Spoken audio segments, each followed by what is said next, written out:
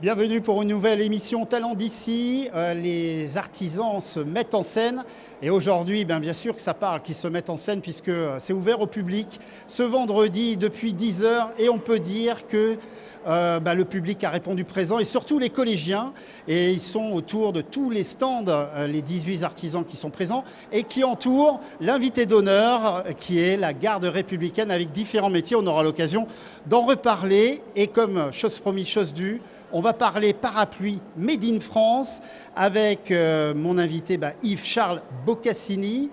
Donc H2O parapluie. D'abord, une première impression purement sensation. Quand on est ici là, sur ce plateau dans l'axe du cœur, on voit toute cette métamorphose, on peut dire, de l'abbatiale Saint-Ouen. Ça vous évoque quoi, Yves ?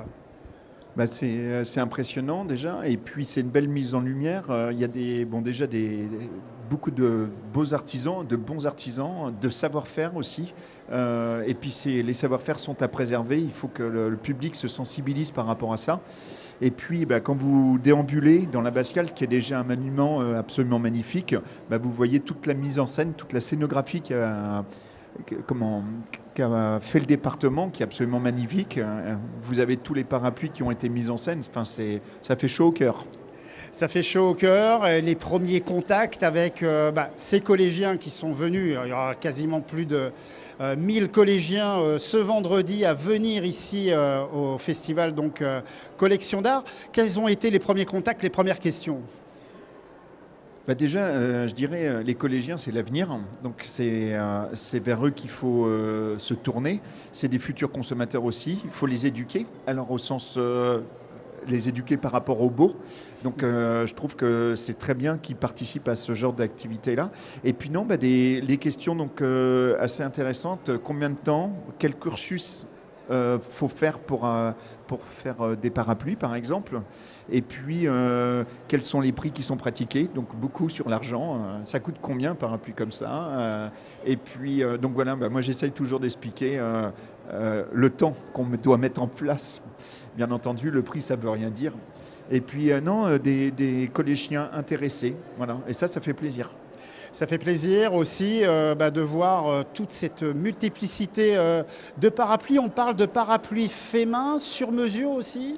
Oui, tout à fait. Alors, bien entendu, donc, nous avons une gamme pour le B2C, ou en tout cas les consommateurs, que vous pouvez voir tout autour du cœur. Mais après, sur le stand sur lequel je suis présent, vous avez des parapluies, je dirais, haute couture, ou que j'ai fait pour des artisans ou des grandes maisons. J'en ai fait pour le Sénat, j'en ai fait pour l'élection des Miss France. J'ai fait pour Marcel Asquin, qui est un peintre, Felipe Ferré, enfin des grands noms. Et puis aussi, en créateur haute couture, j'ai travaillé pour Julien Fournier, Pierre Balmain. Donc voilà, ça permet de contribuer à la notoriété de l'entreprise.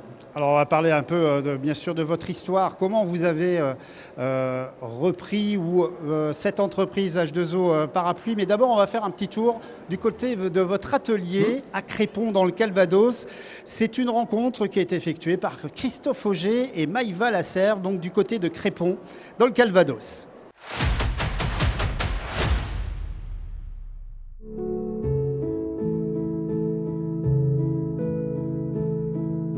Quand je suis arrivé en région, je ne savais pas quoi faire, mais avec la ferme intention de préserver. Et un jour, un monsieur m'a appelé, il me dit « Écoutez, j'ai trouvé une boîte qui pourrait vous correspondre. Ils vendent des parapluies. » Et je leur ai dit « Oh non, mais je ne me vois pas du tout là-dedans. » Et il m'a un peu traîné dans la boutique et j'ai eu le coup de cœur quasiment tout de suite. Chez nous, nous avons à peu près 25 étapes pour faire un parapluie. Celles qui vont être très caractéristiques, ça va être la coupe. Donc là, il y a un véritable savoir-faire. Après, la couture. Donc là, si on est en 8 ou en 40 pièces, ça sera des techniques complètement différentes. Et après, nous allons avoir le montage. Et puis après, les finitions. Donc je dirais il y a 4 vraiment thématiques, c'est-à-dire la coupe, la couture, le montage et puis les finitions. Donc là, en fait, c'est la première étape après la coupe et je vais venir assembler mes pointes de tissu pour former ma toile de base. Donc je vais déjà venir les assembler 2 par 2.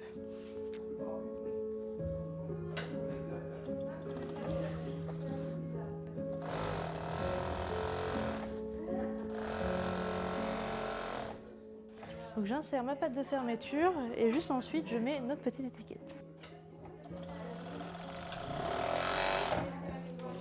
Je vais refaire la même chose là pour avoir mes 8 pointes.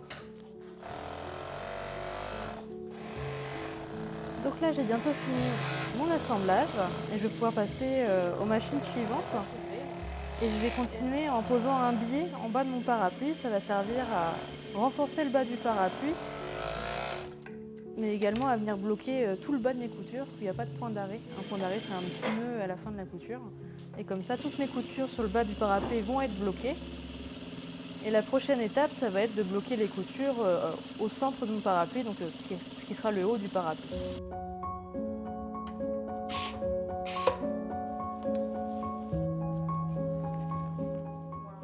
Donc là, je vais venir coudre les aiguillettes. Les aiguillettes, c'est ce qu'on retrouve au bout des baleines lors du montage. C'est ce qui va faire la tension dans le parapluie.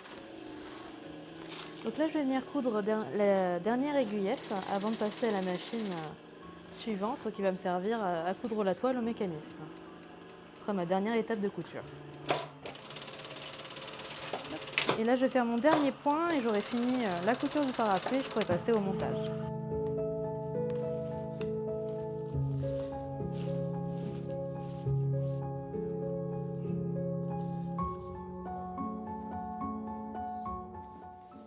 Et mon parapluie est presque prêt. Il va rester vraiment là les finitions.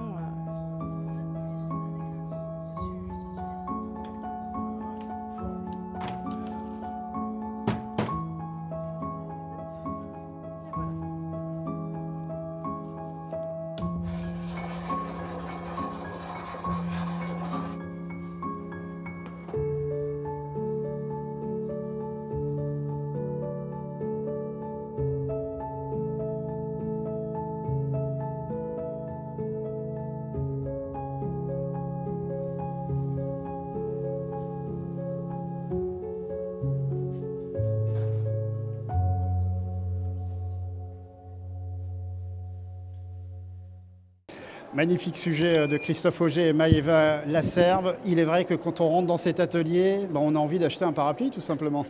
Oui, j'espère bien. Alors vous avez une histoire quand même particulière parce qu'on ne vous a pas vu derrière les machines. Hein. Alors non, moi je suis entrepreneur, j'ai 2 mains gauches. Par contre, je sais là où je veux aller et là où je veux diriger l'entreprise. Je pense qu'il faut un écosystème pour être... déjà, dans une entreprise, il faut un écosystème. Il faut des gens qui savent travailler avec leurs mains, d'autres, je dirais, de la créa, et puis d'autres qui dirigent. Et dirigeant, c'est de savoir où on va.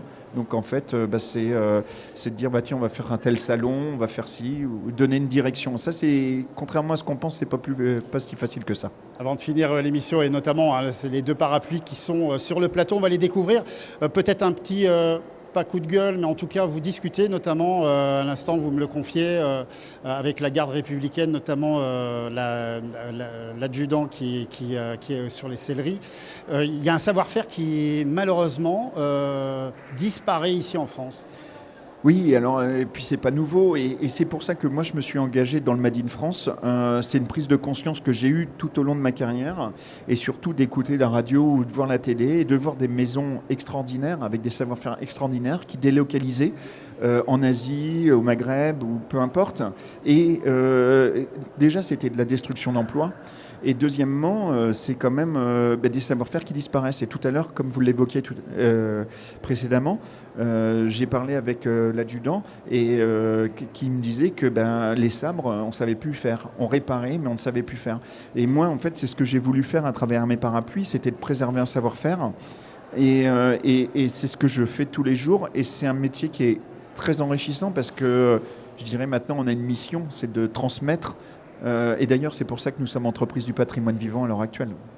Allez, on Je vous va montre. savourer, voir deux parapluies. Alors d'abord le premier, parce qu'il y a un style. On peut, avec les vêtements, bien sûr, avoir son parapluie qui va avec. Alors tout à fait. Le parapluie est un objet qui est tombé dans le, comment dire, dans l'oubli, mais avant c'était un, comment dire, un accessoire de mode aussi important qu'une paire de chaussures, une ceinture ou un sac à main. Et là, à l'heure actuelle, on peut accorder la couleur de son parapluie, et je dirais même on doit accorder par rapport à son style vestimentaire.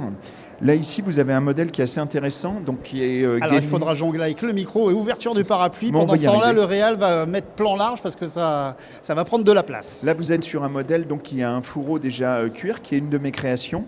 Et là, vous avez ce qu'on appelle un montage à l'anglaise. Donc ça, c'est ce qu'on faisait avant, dans les années... On peut le montrer un peu. Oui, bien sûr. Voilà. Donc là, en fait, c'est une seule pièce de bois. D'accord. Et parce que maintenant, donc, nous sommes sur des montures où on va coller une poignée. Là, vous avez une seule pièce. Soit la poignée est racine, soit elle est étuvée, donc en fait courbée. Donc là, j'ai un modèle racine, et donc chaque pièce est unique. Et là, vous avez un modèle qui est assez sympa, en 10 baleines. Ah oui. Voilà. Et donc, 10 baleines. J'ai Donc- 4, et là, comme on parle de savoir-faire, pour faire une monture comme ça, j'ai 4 fournisseurs. C'est un savoir-faire qui a disparu de la France, et donc je fais venir mes montures d'Italie. Il y a combien d'heures de travail sur un objet Alors comme ça sur un modèle comme ça, on est sur à peu près 2 heures. Et alors, en fait, sur un modèle, je dirais classique, on est sur 45 minutes dans l'atelier. Quand on est sur du 8 pièces, on peut aller jusqu'à, comme celui-là que je vais vous me présenter, on est sur à peu près 8 heures de travail. Donc en fait, bien entendu, tout va dépendre des composants, du temps qu'on va passer, et c'est ce qui va définir le prix. Oui, alors justement, le prix, on peut le donner d'une manière Alors, approximative. oui, en moyenne, on est sur 180 € pour un parapluie, je dirais, moyen. On peut monter 400, 500, 700, 800. Là, j'ai un modèle qui a été vendu par l'artiste à 3000 €. Donc voilà. Mais c'est... Après le prix, il ne faut pas s'y attacher, c'est surtout les heures de travail, la réflexion. Là, je vais vous présenter un parapluie qui a été fait pour Marcel Asquin. Donc voilà, on est sur un modèle d'une taille golf. Il y a 117 000 Alors points comme la caméra est comme ça, il faut montrer un peu de face vers moi. vers Pour vous. voir. Voilà, Voilà. oui. Ah oui, voilà. Voilà. Alors c'est quoi le motif? Alors là, le motif, en fait, ce sont c'est l'univers de Marcel Asquin. Là, vous êtes sur un personnage, après un deuxième et puis après un troisième. Et donc, en fait, Marcel est un peintre belge qui travaille maintenant en France et donc qui a la particularité de peindre la toile par terre. C'est-à-dire que ce sont que des coulures. Le pinceau ne touche pas la toile. Et donc, en fait, j'ai un de mes amis qui est Didier Benesto qui m'a fait rencontrer. Didier est un commissaire d'exposition qui monte des expositions un peu partout dans le monde. Et là, en fait, il m'a fait rencontrer Marcel Asquin pour faire son parapluie. Là, il y a 117 000 points de broderie, 8 heures de travail pour un modèle comme ceci, 16 pièces de tissu. Vous avez... donc là, on a fait un double entoilage pour, que le parapluie soit étanche, et deuxièmement, pour pas qu'on voit l'arrière des broderies. Alors bien entendu, des modèles à ce prix-là, on ne s'en sert pas comme parapluie, c'est vraiment des œuvres d'art. D'ailleurs, ils sont tous numérotés. Et là, il y a eu une production de 8 pièces. Et puis après, vous avez 3 épreuves d'artistes. Donc là, c'est une épreuve d'artiste. Magnifique, merci beaucoup Yves-Charles Merci Boccassini. Si vous à voulez vous. voir tous ces parapluies, c'est juste à l'entrée, quand vous rentrez sur la gauche, vous verrez, il y a des magnifiques parapluies. Et comme vous avez vu, les explications, elles sont précises et on découvre vraiment un magnifique savoir-faire. Et c'est vraiment magnifique et je vous conseille d'y aller. L'émission est bien sûr là maintenant terminée. Je vais me permettre, je vais prendre le parapluie, on va se le faire un peu comme ça pour la fin. Hop, là je le déplie comme ça. Oui. Oula, il faut avoir le coup. Hein. Ah oui, comme ça, oui, très bien. Et puis le prochain rendez-vous, le dernier rendez-vous de la matinée, ça va être vers 12h avec Céline Cavé. Et là, on va parler chapeau. Et là, c'est pareil que vous. Vous avez beaucoup de parapluies. Elle est facilement reconnaissable. C'est le stand où on pourrait dire qu'il y a une forêt de chapeaux. Donc voilà, vous allez voir ça dès 12h. À très vite.